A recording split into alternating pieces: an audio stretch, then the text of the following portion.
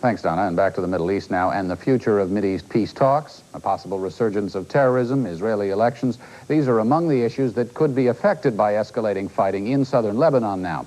And now, here to discuss the conflict between Israel and the pro-Iranian Hezbollah are Helena Cobban, an Arab expert, author of several books on the Middle East, and a researcher with the Washington think tank Search for Common Ground. Also, Martin Indyk, executive director of the Washington Institute for Near East Policy. He's well-versed in the thinking of the Israeli government and has recently visited the region more widely than that, talked with the Syrians and several others. Right. To start with both of you and on the subject of what is happening in southern Lebanon right now, perhaps you could reflect for us on what some of the historic relationship most recently has been between the Hezbollah and Israel. This has been a very tense sort of standoff for some time that has ebbed and flowed in its intensity. Helena? Well, you know, the Israelis went massively into Lebanon in 1982 and occupied the country right up to the capital, Beirut. And the Shiites, who occupy the southern half of the country, more or less, didn't know how to respond to that, whether to be for the Israelis or against them. And it was kind of up in the air for a while until Hezbollah really took the initiative in organizing resistance to the Israelis. And they have been at the forefront of anti-Israeli actions in South Lebanon ever since then. What are the implications, in your views, of the assassination of Abbas Musawi, and how Hezbollah is likely to respond? Obviously, we've been seeing the firing of the Katyusha rockets into northern Israel, but more broadly than that, do you see a strategic pattern? Well, possibly. I mean, obviously, it's going to affect the general environment within which the peace talks are held next week and in the months ahead. And I think it's very unfortunate that the peace talks haven't actually got to any issues of substance. There has been no progress on substance at all in the peace talks, which means that, you know, throughout the whole region, for Iranians, Arabs, Palestinians, Lebanese, all those people, they feel that they have made the big overture, especially the people who are sitting down with Israel at the negotiating table, holding out the offer of peace. And here you go, you know, the same old story in their view of the Israelis just escalating militarily and causing additional casualties, dead and wounded. Martin, has Israel opened a Pandora's box here?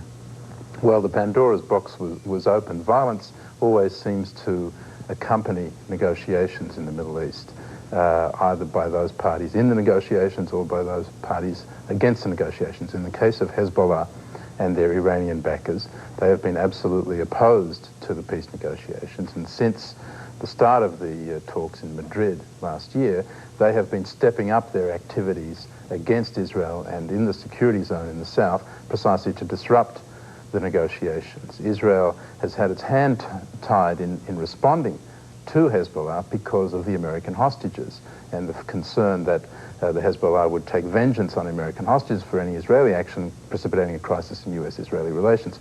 Once the American hostages are released, and the negotiations broke down on the Israeli navigator that's being held hostage, their hands were freed somewhat, and they responded to what has been an ongoing war, as Helena suggests, since 1982.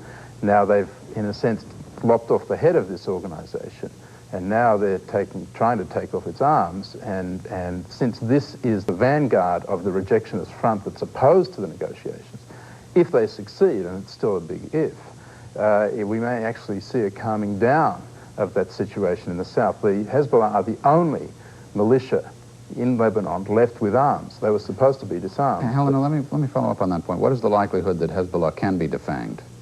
Well, I don't think that it can be. I mean, Hezbollah is really well rooted amongst the people in communities, villages, and farmers of South Lebanon. Of course, there are other political tendencies there as well, but just to me, I cannot understand at a time when you have the government of Lebanon and the government of Israel sitting down at a negotiating table together, if the Israelis have a problem with, you know, whatever is coming across their border from Lebanon. And of course there is still that Israeli occupation in the south of Lebanon, which is an ongoing irritant for many of the people of the country. Why they can't talk about it with the government of Lebanon, with the government of the United States, with all the governments that are part of this peace process, in order to come forward with a plan that would allow for the stabilization of Lebanon.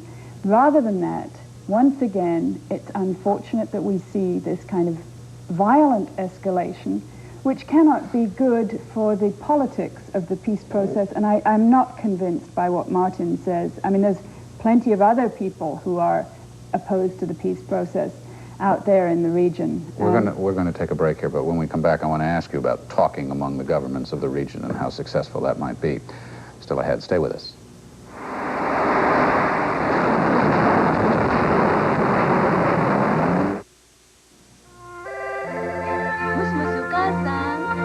Across the world, phones are ringing. Who's calling? Hello, Mom. It's Jonathan. I'm getting married. People who are saving money with the AT&T Reach Out World Plan. They're calling friends and family in over 50 countries and areas, talking longer and saving an average of 20%. Even if you spend only $12 a month on international calls, sign up and start saving. Whether you call across the Atlantic, the Pacific, to Canada, or to Mexico. Did you see the phone bill? Yeah. Hola, tía Dora. AT&T makes it easy to save on the calls you already make.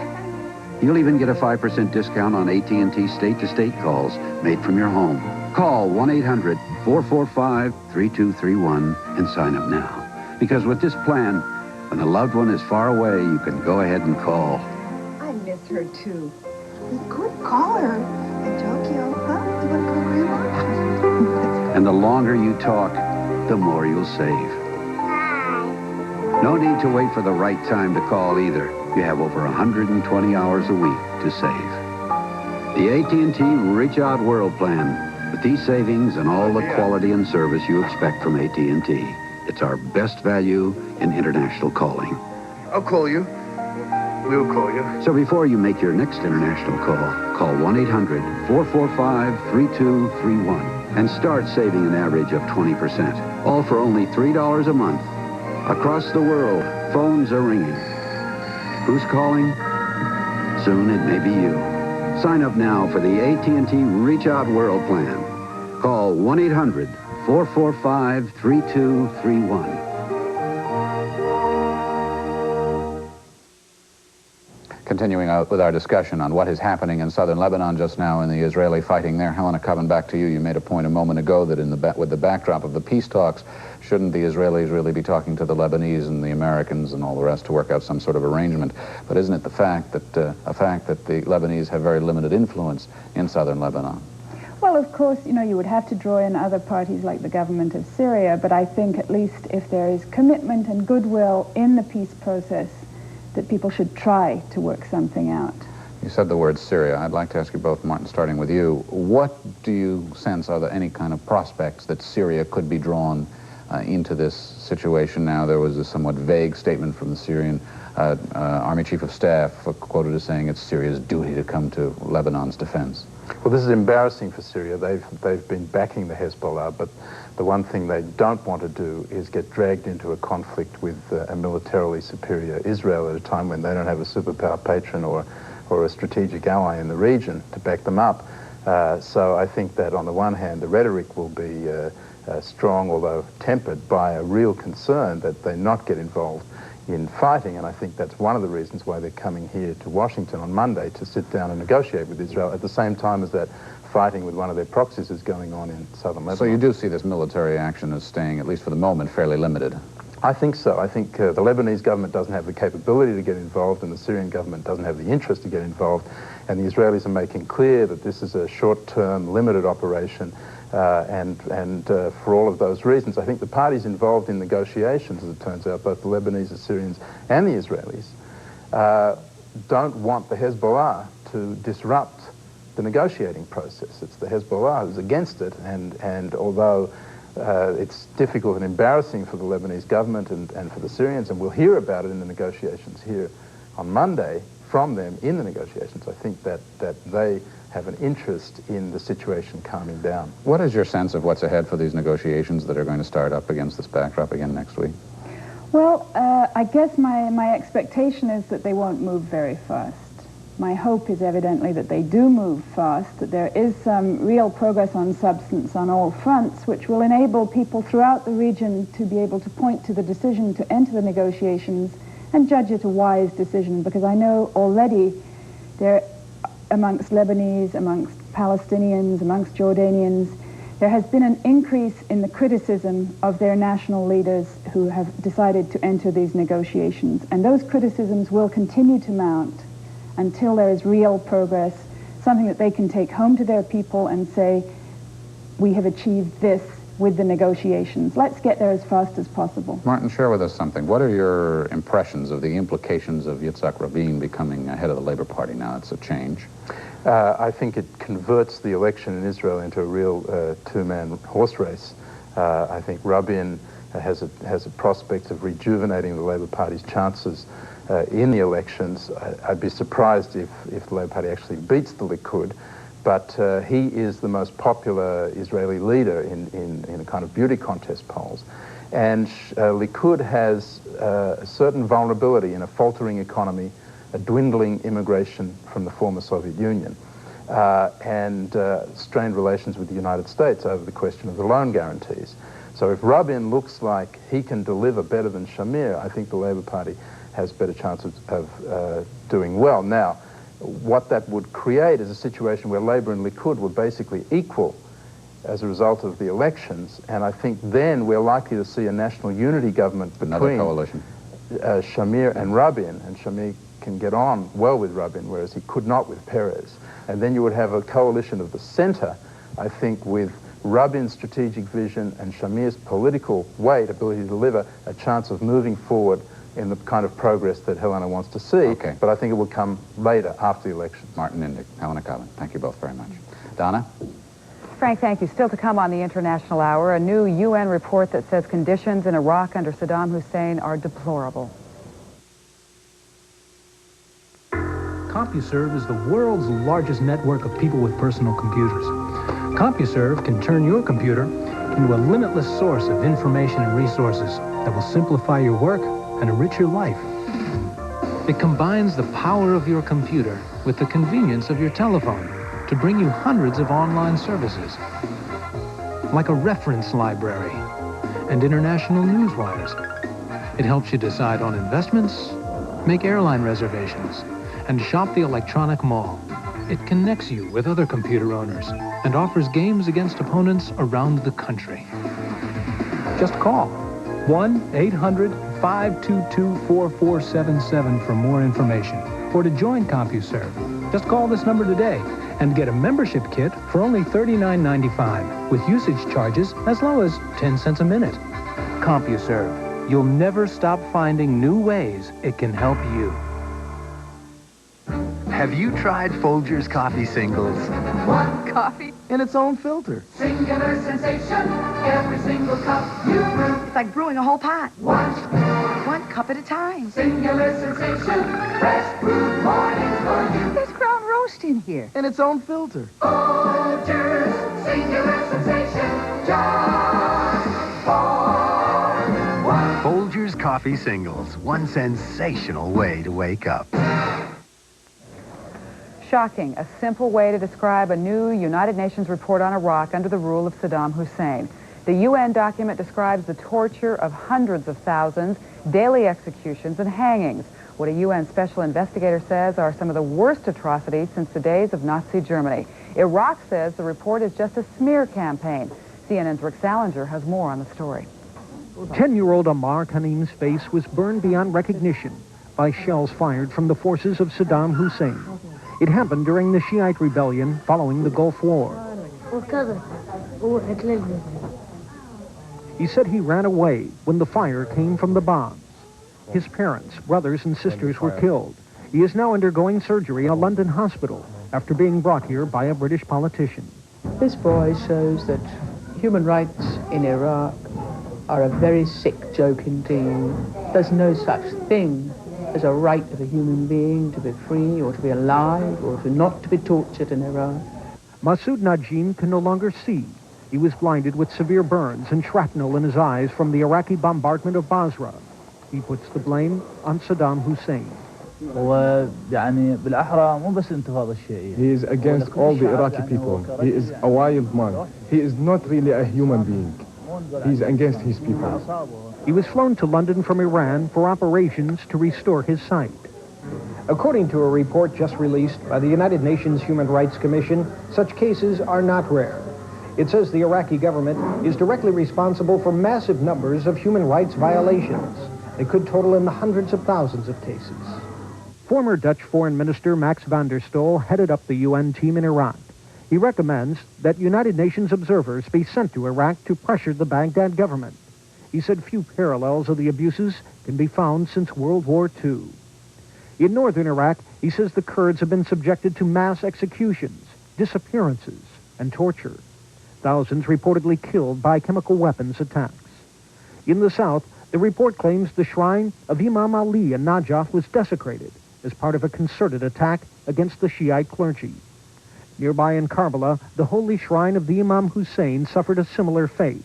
The Iraqis claim the Shiite rebels were responsible for the damage. It is a very bad situation. There is no regime around the world violated the human rights like Iraq. It is a dictatorship. It is a authoritarian system. It's the authoritarian regime.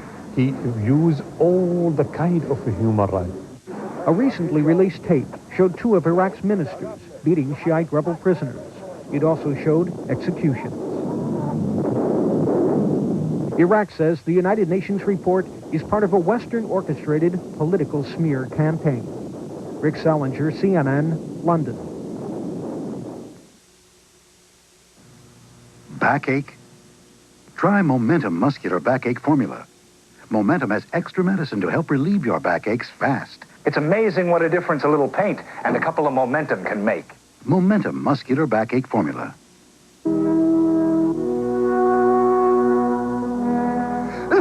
Ricola, the all-natural herb cough drop imported from Switzerland. Ricola has been soothing throats and relieving coughs naturally for over 60 years. It's pure Las Vegas magic.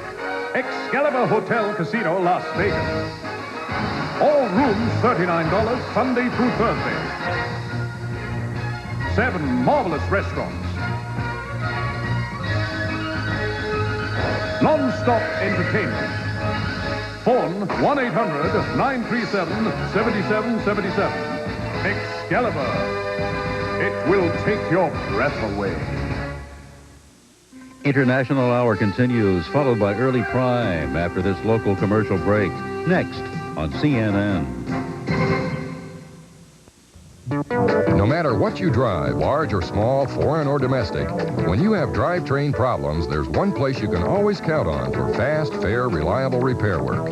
Mitchell Transmission, family-owned and operated by 3 generations of Mitchells since 1945. For free road testing, minor repairs, and in most cases, one-day service. See Mitchell Transmission magicians, the people with the magic touch, the kind of people you can trust. Mercy Hospital is a major cancer center with everything needed to treat cancer. The most advanced technology, the most sophisticated techniques, highly talented cancer specialists, everything you'd expect from a leading cancer center. But Mercy also offers something more that's hard to put your finger on, but easy to get your arms around.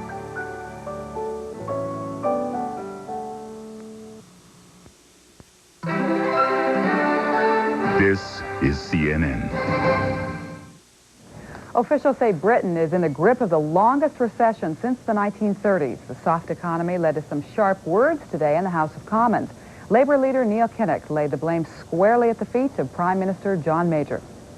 Does he recall that it's exactly a year since he told us in this House, in his own words, that our policies are working? Doesn't he recall that in that 12 months, the British economy has contracted by 2.5%, and unemployment has gone up by 750,000. Don't today's figures make it clear? It's official. Majorism isn't working. Cut interest rates 7 times in a year, halved inflation in a year, had the lowest number of strikes for half a century, have cut the basic rate of tax, and as a result, real earnings are rising, lower interest rates, lower mortgage rates, lower inflation, and the right circumstances for recovery. And the people of this country will not let the right honourable gentleman throw that away. And U.S. markets are having a bullish day today. We check in with Beverly Schuch. She's at the New York Stock Exchange. Bev. Thanks, Donna. On Wall Street, stocks are moving well into uncharted territory. Investors getting some encouragement from expectations of an economic turnaround. Right now, the Dow Jones Industrial Average is comfortably in record territory, up 53 points at 3283. Volume is very heavy, 244 million shares traded so far. Advancing issues beating out decliners by a more than 2-to-1 margin. And on the broader and secondary markets, all four key indices are also racing forward. Today's market movers, Student Loan Marketing Association, Sallie Mae, is down 2.25 points. Investors unsettled over today's Senate debate on education funding. Coca-Cola is moving the other way. It is up $2 a share. The company raising its quarterly dividend and recommending a 2-for-1 stock split. Delta Airlines is up 2.5. Airlines gaining on lower oil prices and expectations of an improved industry outlook. And General Electric among the most actively traded issues here at the New York Stock Exchange. It is up 1 7/8, building on yesterday's 1.25-point gain.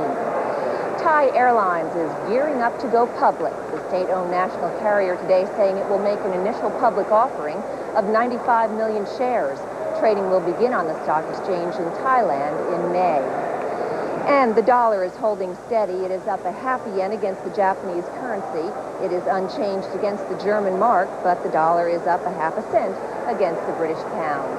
And that is the latest in business news. We'll be back with those closing numbers in an hour. I'm Beverly Schuch at the New York Stock Exchange. Thanks, Beverly. See you then.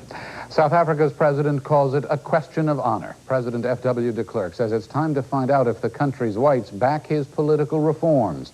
And he's calling a national referendum to do just that. And President de Klerk says he will quit if he loses the vote. The move follows his party's loss in a special election yesterday. Kevin Dunn reports. Gambling his and his ruling party's future, President de Klerk told Parliament he will resign if he loses the whites-only referendum on reform. He later said why he would test the opposition's claim to speak for most white voters. Their claim that they represent the majority refers specifically to the voters of the House of Assembly. It is that claim on which those voters must now give a verdict. It was the dramatic victory of the pro-apartheid Conservative Party in a white by-election which stung President de Klerk and the National Party government. His chief political opponent claimed the result left de Klerk without a mandate. The result in this by-election has a very, very clear message to the white nation, and that is, don't despair. The future is ours. But the African National Congress said de Klerk should ignore a racist minority. The right thing is that a tiny minority. Our appeal to the Nationalist Party has been that they should look to a broader South African constituency. But the future of negotiations with Nelson Mandela and the black majority will now be effectively subject to a white minority veto. When the International Hour continues, the Bolshoi it's not. To Russia's new rap stars practice and preen for success. On your next vacation, come to a place with rugged terrain like you'd find in the Australian outback. A place where visitors bask on warm, sunny beaches like the French Riviera. And where you'll find historical buildings like those you'd see in Italy. Come to Texas. It's like a whole other country. When you call 1-800-8888-TEX, you'll get this free 264-page Texas travel book. Come on. You can walk in the footsteps of Davy Crockett and Jim Bowie at the Alamo. Hi. Boating? No problem, because Texas has over 5,000 square miles of water. And even out here, you'll still find the friendliest people. Thanks. Texas, it's like a whole other country. If we can work together to reach for the stars, if we can band together to fight for rights and freedom, and inspire people around the world to fight for theirs, then we can join together, not just to compete, but to lead. Let's invest in ourselves, our children, and our economic future. Make education our national priority.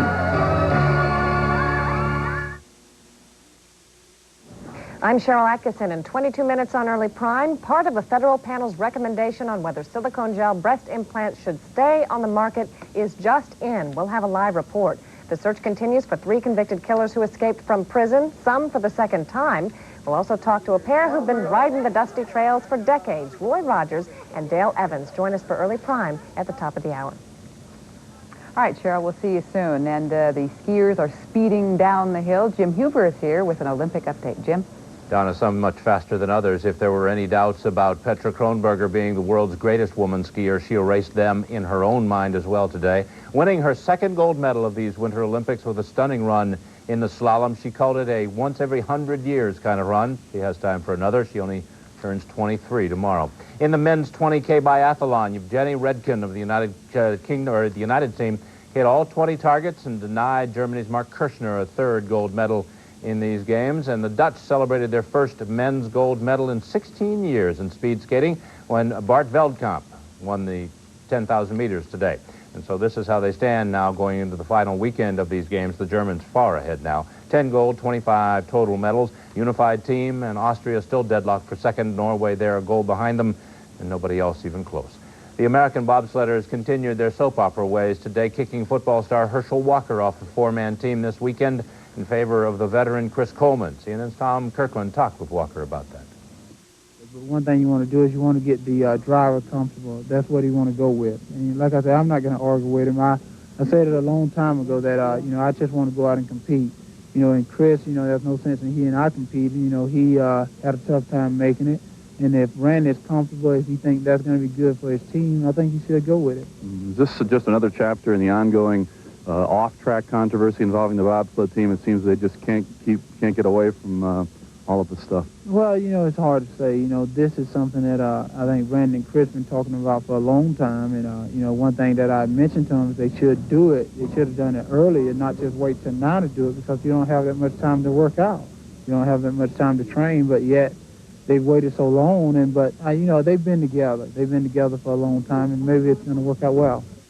Might not matter who's in that sled for the United States. Americans haven't won a medal in that sport since bronze back in 1956. We'll have more from Albertville for our U.S. viewers when sports continues on Early Prime next hour. Donna? Jim, thanks. Younger Russians have long looked to the West for musical inspiration. CNN's Claire Shipman reports on their latest discovery, the hottest beat since the thaw of the Cold War. It's rap, all right. Ruski rap, that is. And boy, is it ever cool and hip. Or so Russian teens say. The makings of a full-blown craze. It's the rhythm of our times. The rappers call themselves high energy. They don't claim to be purists, but most inspiration comes from American rap star Hammer. The group's leader and teen idol, Bogdan, is 24. He catapulted high energy to fame with snazzy music videos that play incessantly on the Russian music channel. Others of the group are still teenagers. How did they get into this racket? I'm cool. I just wanted to dance. Kids used to dream about being a pilot, a cosmonaut. Times have changed, so I became a dancer. And what do their parents think? Our parents are glad, actually. We're doing well, at least. Earning decent money in times when a lot of folks are losing jobs. Their new leather jackets are a gift from a British friend, and the novelty still hasn't worn off. To get this cool takes a lot of preening, primping, posturing, and, of course, practice. And the hair, of course, in the hands of the city's premier stylist. Ah, the price of fame. The crowds are wild for the new style. These fans aren't thinking much about hard economic realities. They seem content to let their elders shoulder that burden for a while. But they are embracing the changes that affect them. A swarm of groupies descended on a Moscow dance hall when High Energy posted audition notices for a new show. The star explains the technique. We love the music. How could we get by without it? It's rap, and high energy's cool. But not everyone's taken with the new move. Galena's in charge of the dance hall and of keeping an eye out for muddy street shoes. I guess I'm just from a different era, a different time. Today's young people aren't patriots. Young people aren't so worried about those problems like adults. They've made a mountain out of a molehill. We're happy because we're finally modern. We have some style. High Energy has even higher hopes. Dreams of a show to outstrip Madonna, a Western tour. They've already got a corner on Russian rap. So look out, world. The Cold War may be over, but the rap war is underway. Claire Shipman, CNN, Moscow. And up next on CNN World Report, more on Israel's raid into southern Lebanon. Morning breath. As soon as I have my coffee, it's all gone. Whether you admit it or not, it's a problem. Okay, I have morning breath, but it doesn't bother anyone. Don't be so sure. Mine's not so bad. Morning breath's not as bad as you think. It's worse. So get Scope.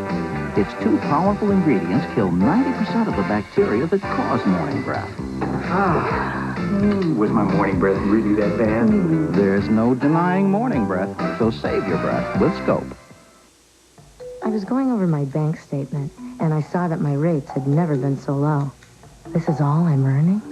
Common sense says you can't always depend on yesterday's solutions. You've got to be kidding. Fidelity Investments, America's largest mutual fund company, has the income opportunities you may want. So we're talking investments. The interest rates I used to get, they're just not there anymore. Wondering how safe this one or that one is. But now you want something solid. Who knows? There's got to be something out there. Sometimes the answer's a lot closer than you think. Fidelity offers you high current yields with the credit safety of U.S. government securities, higher than you may be earning in the bank, with no sales charge. That's why over 2 million people trust Fidelity to help their money earn more.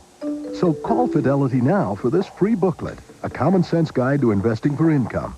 You'll also receive everything you need to start. Call Fidelity now at 1-800-237-4400. Fidelity Investments. Common sense. Uncommon results. I make a better burger than anybody. Absolutely the best. Best in the world. I let it sizzle. When I hear it, I know it's ready. Wait, it's not done. Now, it's done. A1. It's how burgers are done. There's constipation and there's constipation. Oh, yeah. When it's this bad, take it to the max. New Maximum Relief Formula X-Lax pills with 50% more X-Lax medicine for maximum relief. Oh, yeah. Take it to the max.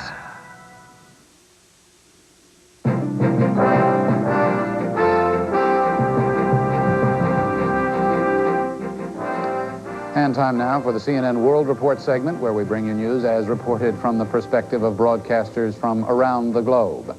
As we've been reporting, Israeli forces crossed into Lebanon earlier today and stormed 2 villages searching for Shiite Muslim guerrillas. Well, joining us on the phone now from Jerusalem is Steve Edwards with the Israel Broadcasting Authority. Steve, can you hear me okay? I can hear you fine. Steve, we've been reporting throughout the day the reaction, and it's sometimes rather intense reaction, to Israel's moves from the Secretary General, from the United States government, from others. But how is this being received and reacted to in Israel itself? Well, I think at the moment there is a broad support for the IDF action in Lebanon. This in part because I don't think the Israeli public, for the most part, is ready to really accept Katyusha rockets falling in any part of Israel.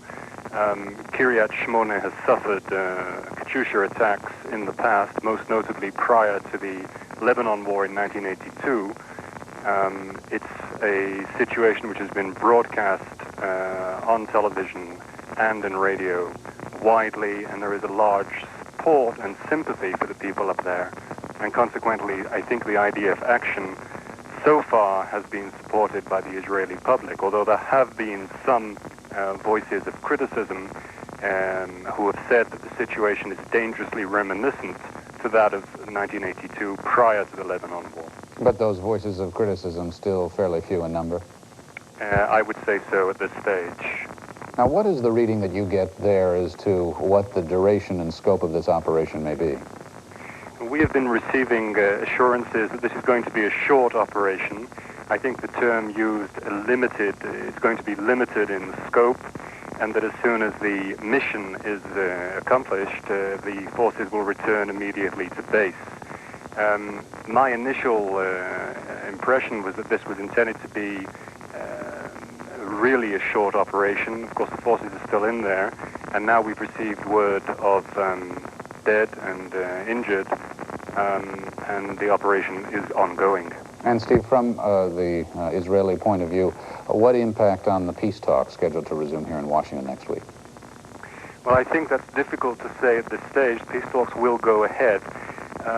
Again and again, government voices have been saying here that whatever happens in Lebanon has nothing to do with the peace process as such. This is an Israeli attempt to deal with what it considers to be forces entirely hostile to Israel. It's an attempt to deal with an organization which is committed to the destruction of Israel, and as far as Israel sees it, Hezbollah is an organization which wants to do damage not only to Israel but to Jews, and as such has nothing to do with the overall peace process, which this government says it is still committed to. Steve, let's switch to domestic Israeli politics, which everything's interwoven, obviously, but with the ascension of Yitzhak Rabin, what are the prospects, as you see them, for a real political confrontation, showdown, when the national elections come along? I think Rabin is perceived by some quarters within the Likud as, let us say, a more serious contender, a more serious competition in the June elections. But I would like to say one thing. The events in Lebanon have not had any bearing on the primaries which were held here yesterday, and the primaries which are still going to be, the results of which are going to be announced in quite a short time regarding the Likud and the Labour primaries of yesterday. Lebanon has had no effect, in my opinion, whatsoever on the outcome of those elections. Steve Edwards of the Israel Broadcasting Authority, thanks for your time and your observations. Despite the action by Israeli forces in southern Lebanon, the Lebanese government has its delegation on the way to Washington for the next round of Mideast peace talks as well. And Tania, Mehanna of the Lebanese Broadcasting Corporation is now on the phone from Beirut with reaction to today's events in that country. Tania, can you hear me okay? Yes. Okay. Let's then start with the response, the official response from Lebanon. Clearly, it's one of a great dismay and condemnation. Yes, for sure there was condemnation, and actually the Lebanese government appealed for an urgent meeting of the UN Security Council.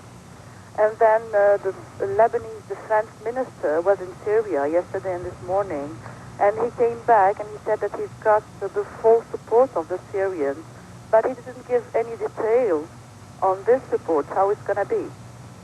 Tania, what is the shape of the regular Lebanese army? This area in question, where the military activity is taking place, is of course the region of the southern Lebanese army. But how about the regular forces? Are they in any shape to impose control in that part of the country?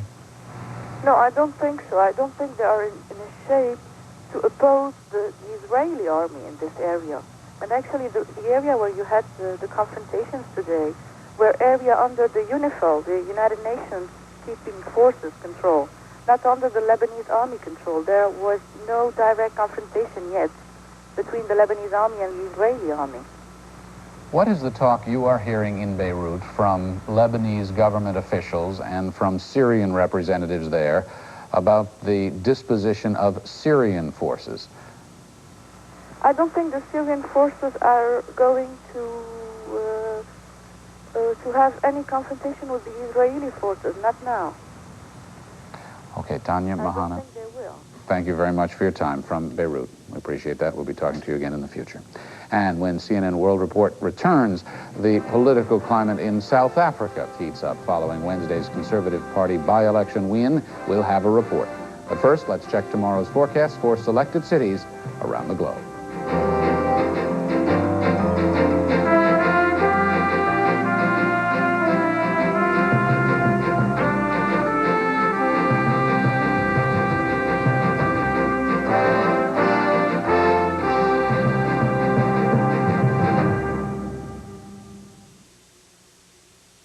This weather update is brought to you by Days Inn. Days offers great rooms, great value at over 1,000 great locations. Hey, it's a beautiful morning. Was it the Days Inn wake-up call? I'm gonna be salesman of the year. The friendly service? They'll cheer. Or the great location? Maybe they'll even make me regional manager. One thing's for sure. It's a beautiful morning. Days Inn. Isn't it time you wake up to us? I think I'll go outside and just smile. Enhance the beauty and value of your home by adding an attractive and functional new living space from Four Seasons. With prices starting at just $2,990 plus installation, there's a Four Seasons sunroom to fit every house, every purpose, and every budget. And now all Four Seasons sunrooms and solariums are on sale. Call now to schedule a free in-home survey with no obligation or request a copy of our latest brochure. When it comes to quality, trust your home to Four Seasons and enjoy the finest in outdoor living indoors.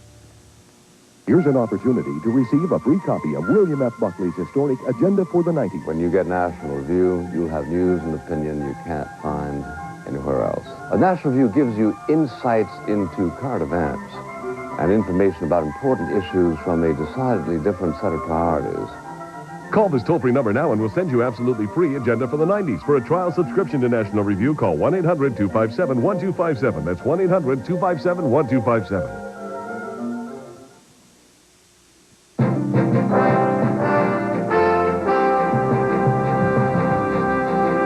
South African President F.W. de Klerk today announced that he plans to ask white South Africans to vote on his political reforms. If he loses, he says he'll quit. We have this report from the South African Broadcasting Corporation. Billed as the acid test for the de Klerk government's reform initiatives, yesterday's Potchefstroom by-election commanded more attention than any other in South Africa's white political history.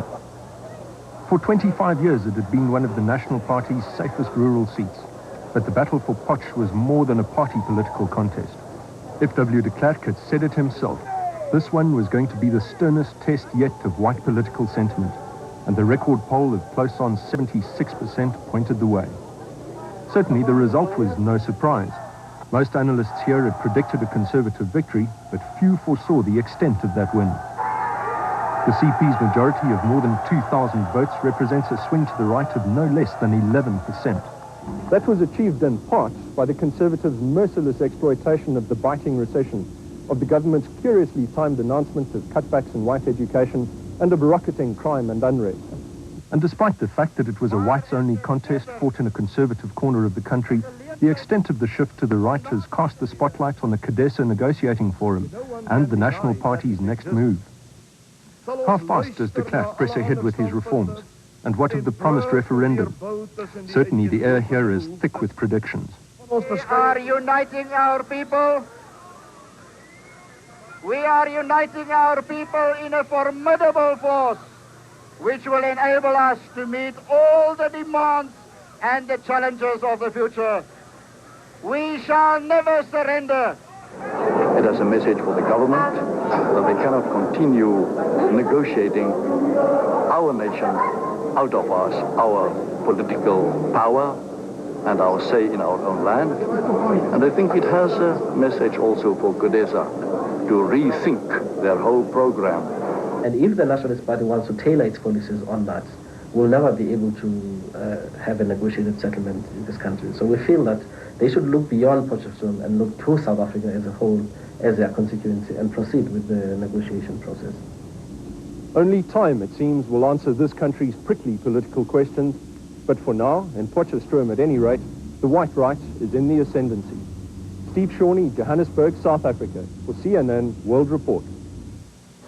And that's it for the CNN World Report and the International Hour this day as well. For Donna, Kelley in Atlanta, I'm Frank Sesno in Washington. Thanks for joining us. Coming up, live coverage of the FDA Advisory Panel's hearings into silicone breast implants. Stay with us.